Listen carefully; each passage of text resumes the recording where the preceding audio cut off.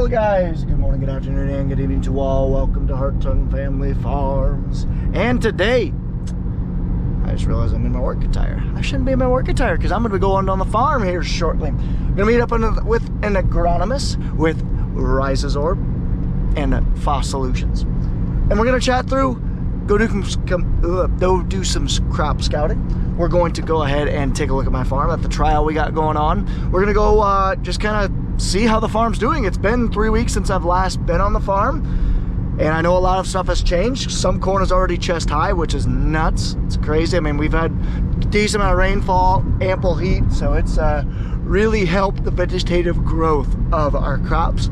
So I'll be curious to see how tall my crops are going to be. I'm guessing about knee high at this point, if not pretty close. So we're gonna go take a look at that and then see what else we got going on the farm. I know this will actually be the last day that I will be on the farm for a very long time. Big reason, I have a pretty major ACL surgery tomorrow. That's right, tomorrow. I will not be able to walk around for a while. I'll be on crutches for anywhere from 1 to 8 weeks. Yes, it's a large time frame, but it just depends on how bad my knee is when they get in there. They weren't sure, but things weren't looking good, so that's awesome. So I won't be on the farm for a while, so this might be the last couple videos that I'll film today, and then we'll just kind of have to play it by ear. But I appreciate all you guys' thoughts and prayers. I know you guys have been very supportive so far, so like I said, much appreciative. So we'll get on the farm and see what all the things we can see. Man, so many things have changed since I've been back. Beans are canopying pretty nicely. All the corn's pretty well canopied, and all around that V3 to V7 time frame. Our corn specifically, I'm kind of curious to see what happens when we get up close. And I'm even more curious on how our 15-inch corn is doing. Right now is when we really be able to visually see a difference, if we see any difference at all during the growing season. Obviously the combine's going to be the final say in all this, but yeah, it's going to be interesting. With the 15-inch corn, in theory, you're spreading those roots out so they can, you know, canopy quicker, utilize all the sunlight much faster than all of the than 30-inch corn. So I'm curious to see if we'll be able to see a difference at all. And here's this corn right here on the left was planted about a week and a half before this corn on the right, and honestly there's not a whole lot difference, if I'm being honest. That's completely canopied over. That's getting pretty dang close. Other than one major rain that we got a week and a half, 2 weeks ago, actually, when I came out and scouted last time. Oop, there's our wheat. She's turning pretty good. We'll probably be able to harvest that next week.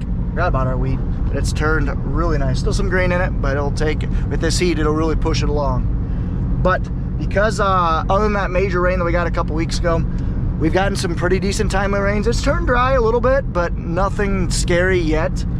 We'd obviously take more moisture, but honestly it hasn't been too bad. And the crops and whatnot are showing of it, because it's things are looking really nice. So we're pretty fortunate. We're thanking God because of that.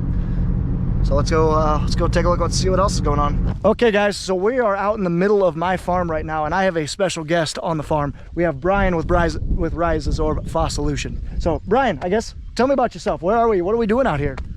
Thank you, Ron. It's great to be here today in eastern Iowa. What I'm doing, working for FOSS Solutions, is I'm the director of agronomy, whereby I'm involved with a lot of farmers around the country in continued evaluation and investigation of our flagship product called Rhizazorb. Rhizazorb is a dry fertilizer product that is an analysis of an 839O that has some specialized minerals and research that has been back now for over 10 years.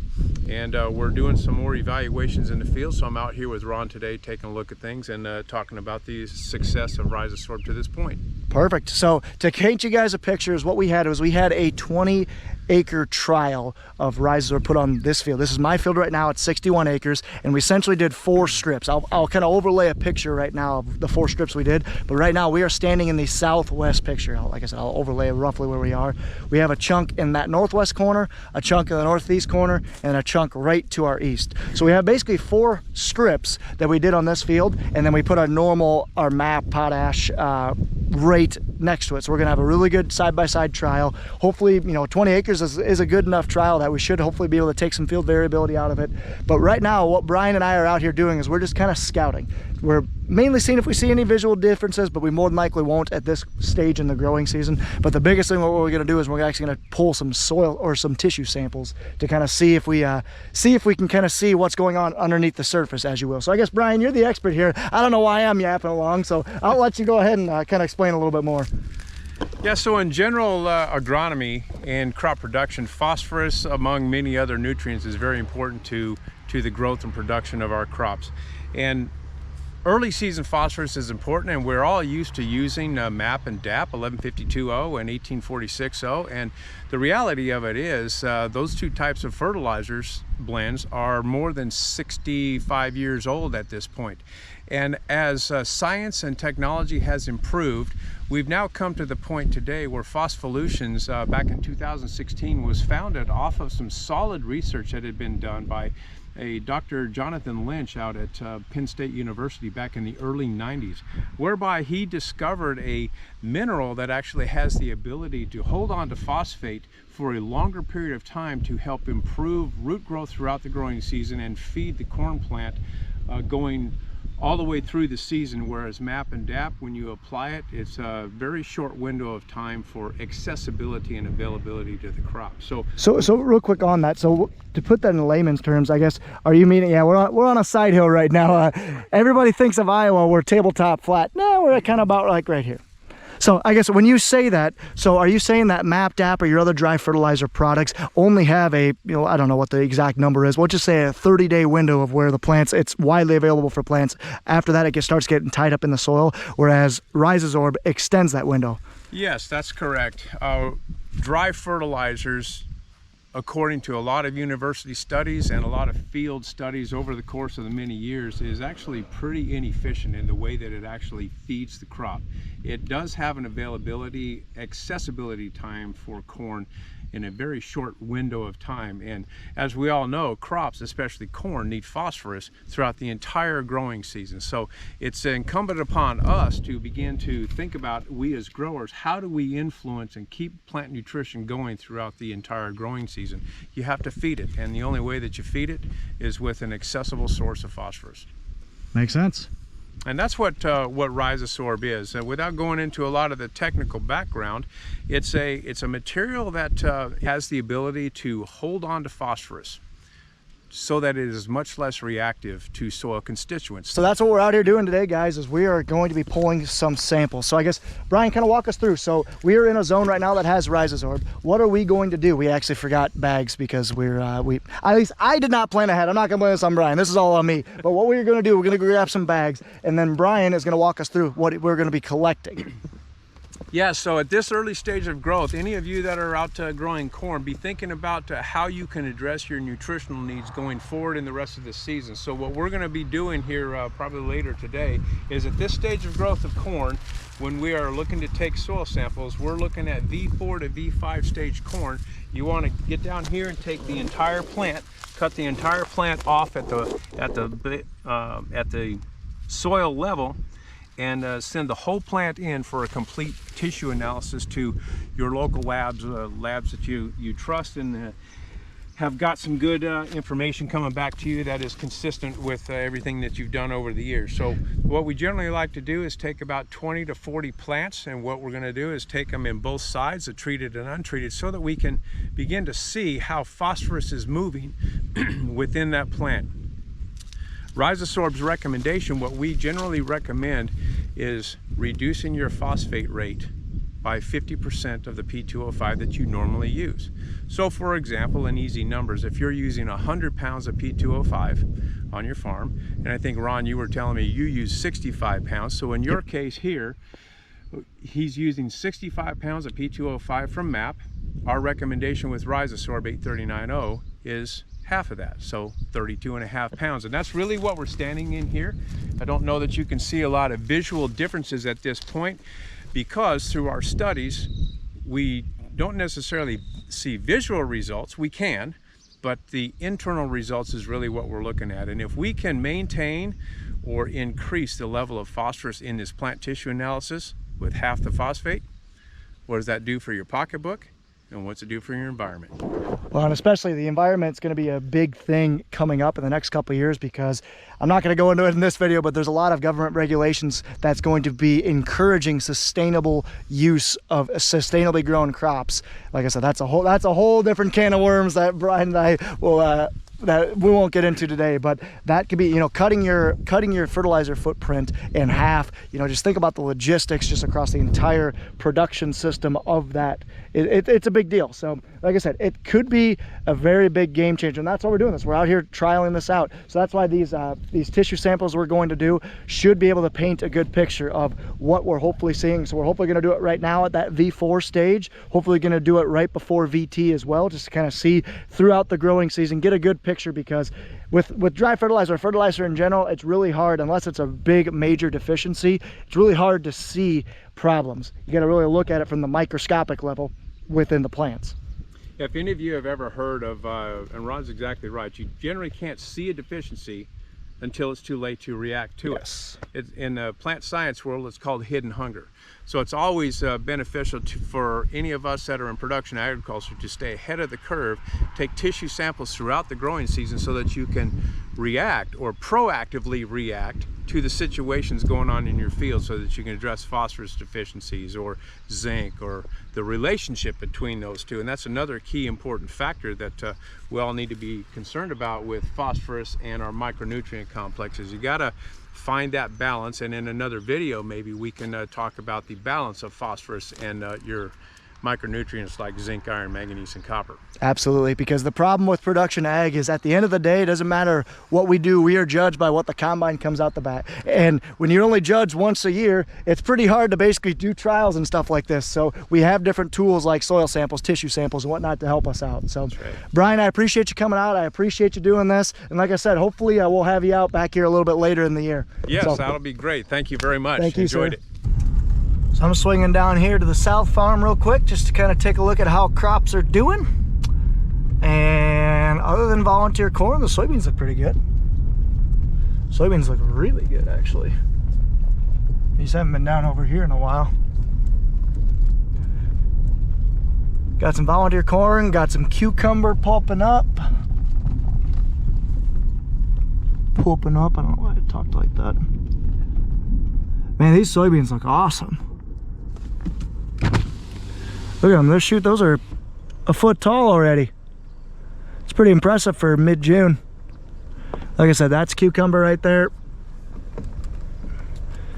Some volunteer corn in through here, but not bad. Overall, these soybeans look amazing. Soybeans looking good, corn's looking good. We actually were down here spraying the corn with the ground rig a week ago, and with the side-by-side yesterday, getting ragweed off the fence lines. Yeah, South Farm's looking pretty good. Got our sweet corn planted. We definitely have a later patch of sweet corn this year. So the guys have all first crop hay made, getting the last of the bales moved off today. Pat is barely keeping up on spraying, but he's keeping up, so that's good. So I'm gonna walk out here and see if I can tell a difference where the 15-inch corn starts and stops. I can already tell you right now, I think I do see a difference. So you can kind of see, so we have 24 rows of 30-inch corn and then 15-inch corn going this way. Right there you can see the variety difference. So see how that's a little darker, that's a little not as dark. Let's walk out here on a sprayer track and see if we can get out in there a little ways and see how different it is. Yeah, there's the ragweed and stuff dying. Some water hemp. So here is 30-inch corn. You can kind of see there's 30 inches between the rows. And we walk over a little ways. Here's 15-inch corn. See how you cannot see anything in between the rows? Whoops, just killed that. Hopefully it'll stay up. And I just killed that crop. Boo. So right here, 15 inches between the rows. The theory is you spread out your roots a little bit more instead of being stacked up within the row with like every 4 or 5 inches or so. You're spread out more. You got 8 to 10 inches in between the row and then 15 inches apart. So you can utilize that sunlight a lot more. Here's your change. Here's your 15-inch. Here's your 30-inch. And quite honestly, guys, I can't really tell the difference. So again, the final say will be the combine as it goes across, but right now looks pretty similar. But maybe the thought is, as the 15-inch corn has gotten more sunlight, every plant has gotten a little bit more sunlight, maybe it has been able to capture that sunlight and put on more vegetative girth, or I don't know, I'm kind of speaking on my butt right now, but maybe it has something. But again, the yield monitor will be the final tell. So really can't see a whole lot on the 15-inch corn. Okay, so we have a lot of compacted area right in through here. Compaction kills. These roots and plants haven't been able to develop near as much because the roots can't go down and bust through that compaction layer. Overall, this corn, if I go out there, it's probably chest high, so that's pretty good. And the weeds are smoked, so that's also good. I can hear the fans running on these bins as well. Just you know, rehydrating our corn, because again, same thing applies for corn. Processor deducts anything above 15%, but they don't give us discount. They don't give us premiums for anything less than 15. So we're gonna be as close to 15 as possible. Because if we don't, we're losing money. We're not selling them enough water. So I'm just gonna walk over and say hi to my grandma, because I haven't seen her in a while, and I won't be seeing her for a while because of the surgery. And then we'll go down and meet an agronomist from our channel partner. Overall, we're kind of in the summer swing of things where we're trying to get caught up on spraying, getting cows tended to on pasture, checking on them, getting haying done, and then at some point, ooh, kitties, 4 kitties. And at some point we'll switch over to start cleaning out our spring equipment, and then eventually we'll be getting our hay done or our wheat made. Wow, there are a lot of kitties around. 9 kitties? Jeez. 9 baby kitties we got around now. Jeez. So grandma's doing good. She's actually looking better. She's using her cane a lot more than her walker. Before, she was only able to use her walker, so that's really good.